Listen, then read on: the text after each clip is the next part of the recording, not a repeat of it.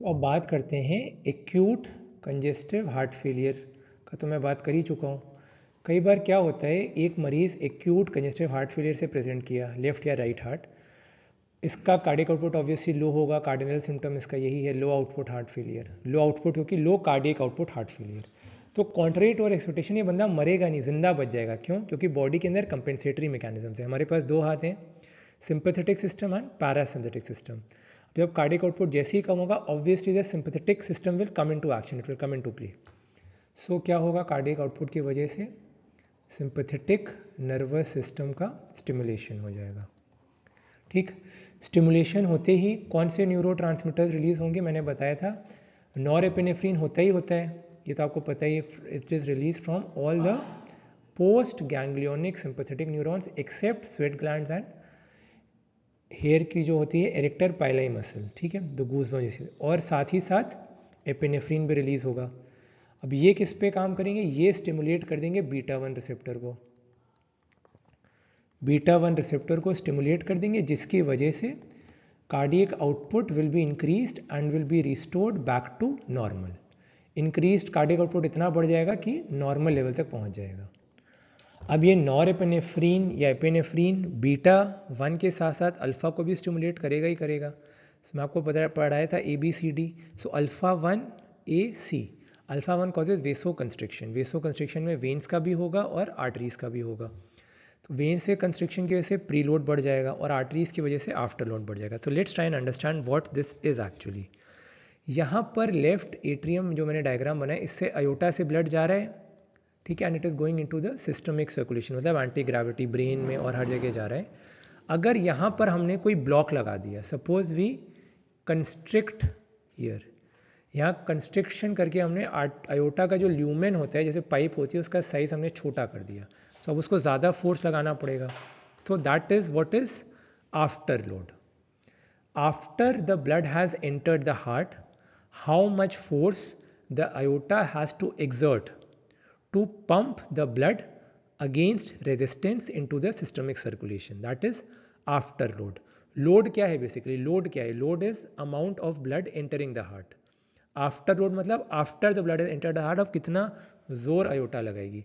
और preload before the blood has entered the heart, heart के अंदर घुसने के पहले, मतलब इंफीरियर वीना कावा और सुपीरियर वीना कावा से हार्ट के अंदर ब्लड आ रहा है, राइट एट्रियम राइट वेंट्रिकल से। सो बिफोर द ब्लड, मतलब लोड तो है ही, before the heart begins to contract, कितना प्रेशर है, कितना अंदर वो पड़ा है, that is preload. Before contraction is preload. ठीक है, and after the blood has entered the heart, और फिर कितने फोर्स से लगाना पड़ रहा है, that is afterload. So before मतलब प्री लोड को हम लोग ये भी कह सकते हैं end diastolic volume. End diastolic volume या फिर एंड डायस्टोलिक प्रेशर, मतलब डायस्टोल में कितना ब्लड प्रेजेंट है, दैट इज प्रीलोड। मतलब before the heart begins to contract, before the heart starts to contract, that is the preload. ठीक है, तो superior vena cava inferior vena cava में अगर ज़्यादा ब्लड आएगा तो ज़्यादा से ज़्यादा जाएगा। ठीक है, सो इंक्रीज, और अगर कंस्ट्रिक्शन होएगा, जैसे ये इसमें ब्लड आ रहा है और यहाँ पे कंस्ट्रिक्शन हो गया, सो इस कंस्ट्रिक्शन की वजह से क्या होगा, जितना भी ब्लड इनमें है that all will be transferred into the right atrium, और राइट एट्रियम से राइट वेंट्रिकल। तो जो यहाँ पर राइट वेंट्रिकल में जो ब्लड आएगा that will be much much more.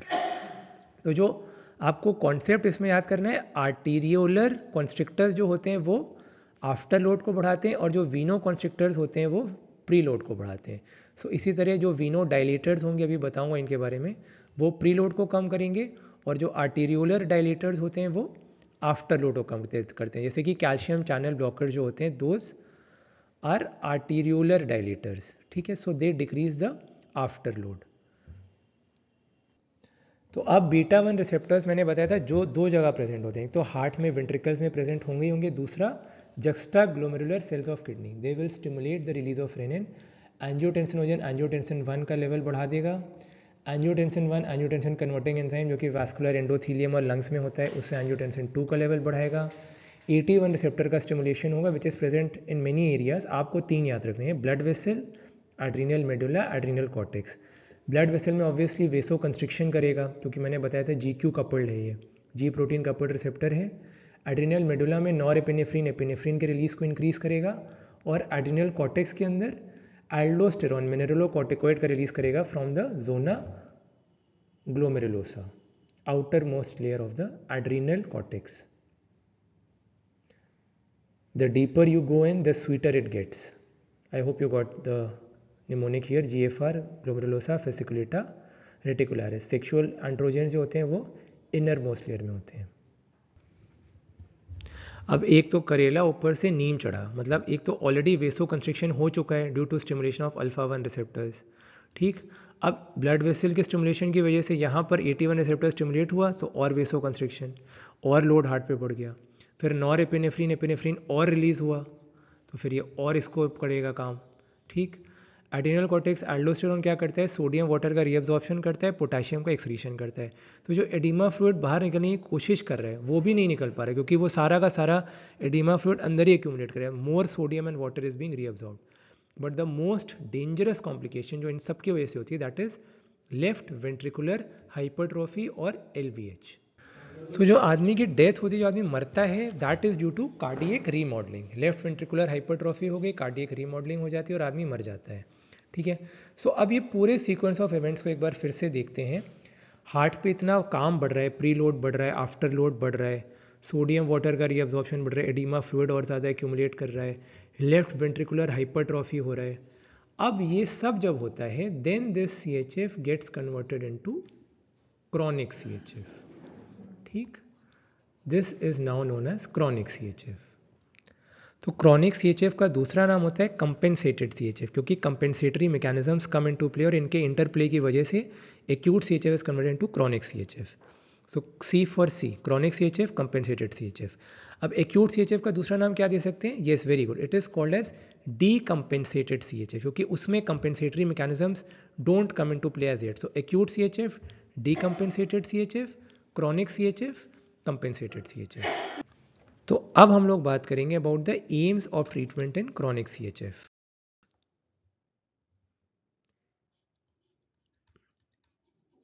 AIIMS, सबसे पहला एम क्या होगा? वर्क कम करना. हम देख रहे हैं हार्ट पे कितना ज़्यादा वर्क आ रहा है.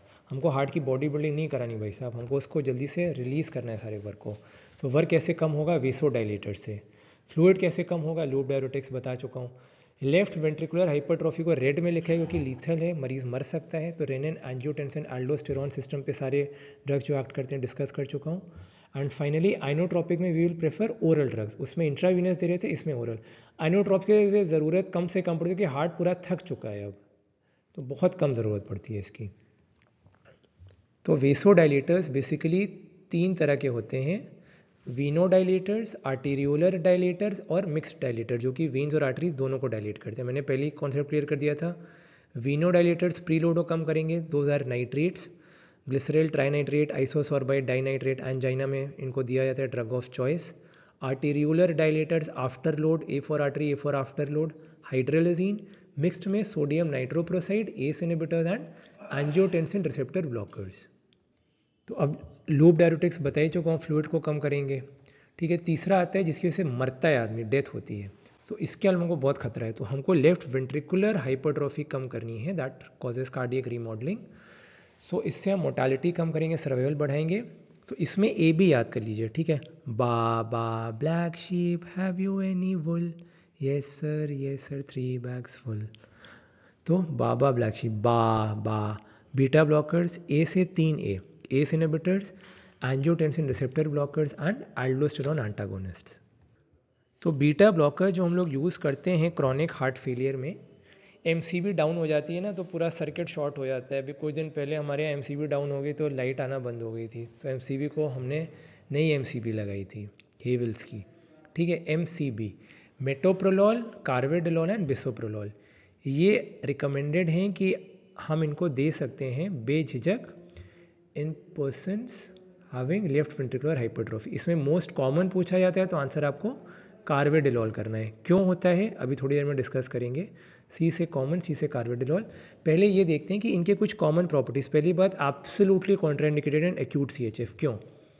Acute CHF is decompensated CHF. Heart pump नहीं करें, हम उसकी पंपिंग कैपेसिटी बढ़ानी है भाई, हम चाहते हैं ज़्यादा कॉन्ट्रैक्ट, तभी तो हम आइनोट्रोपिक्स दे रहे थे एक्यूट CHF में ताकि उसकी कॉन्ट्रैक्टाइल पावर बढ़े, तो हम उसमें बीटा 1 एगोनिस्ट दे रहे थे। तो फिर हम क्या करें, अब लेफ्ट वेंट्रिकल में सोचा भैया ये तो फिर लेफ्ट वेंट्रिकल हाइपरट्रॉफी में कैसे देंगे, सो हमने एक जुगाड़ निकाला। जैसे कि आप ये सोचो, अगर आप बीटा ब्लॉकर दे दोगे तो बीटा 1 ब्लॉकर की वजह से क्या फ़ायदा होगा, तो हम लोग बीटा ब्लॉकर्स क्यों नहीं दे रहे, ये है कंपेंसेटेड हार्ट फेलियर और क्रॉनिक हार्ट फेलियर। इसमें अगर आपने बीटा ब्लॉकर दे दिया तो वो क्या करेगा, वो जो बीटा 1 थोड़ा बहुत स्टिमुलेट करने की कोशिश कर रहा था वो भी बेचारा बोलेगा कि यार मेरे को तो पहले ही ब्लॉक कर दिया, मैं कॉन्ट्रैक्टिंग पावर करूँ कैसे, अपनी बढ़ाऊँ कैसे।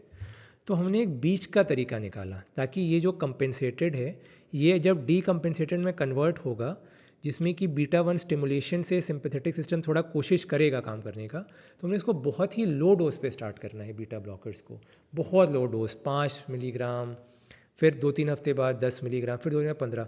तो अगर वेरी लो डोज पे स्टार्ट करेंगे तो कंपेंसेटेड के डीकम्पेंसेटेड में जाने के चांसेस थोड़े से कम हो जाएंगे, मतलब कंपेंसेटेड की रिकवरी अच्छे से हो जाएगी, क्योंकि कंपेंसेटेड तो क्रॉनिक हो गया, फिर वो बीटा 1 स्टिमुलेशन, और तीसरी चीज़ मोर्टालिटी कम हो जाएगी। मोस्ट कॉमन कार्वेडिलोल क्यों देते हैं, इसके रीजंस मैं आपको अभी क्लियर कर देता हूँ। तो कार्वेडिलोल को प्रेफर करा जाता है कि पहली बात अल्फा प्लस बीटा ब्लॉकर है, 3rd generation beta blocker, calcium channel blocker है और साथ ही साथ एंटीऑक्सीडेंट भी है।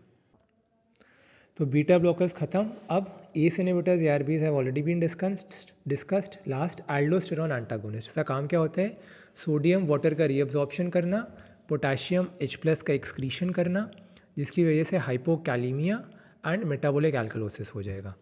सो अगर हम इसका कोई ब्लॉकर दें, एल्डोस्टेरॉन रिसेप्टर ब्लॉकर, जो कि बिल्कुल एल्डोस्टेरॉन जैसा ही लगता है, कॉम्पिटिटिव इनहिबिटर होगा, सो क्या होगा, ऑब्वियसली हाइपोनाट्रीमिया, सोडियम कम होगा ब्लड के अंदर, तो हाइपोनाट्रीमिया, और वाटर भी कम हो जाएगा क्योंकि वाटर का एक्सक्रीशन हो जाएगा।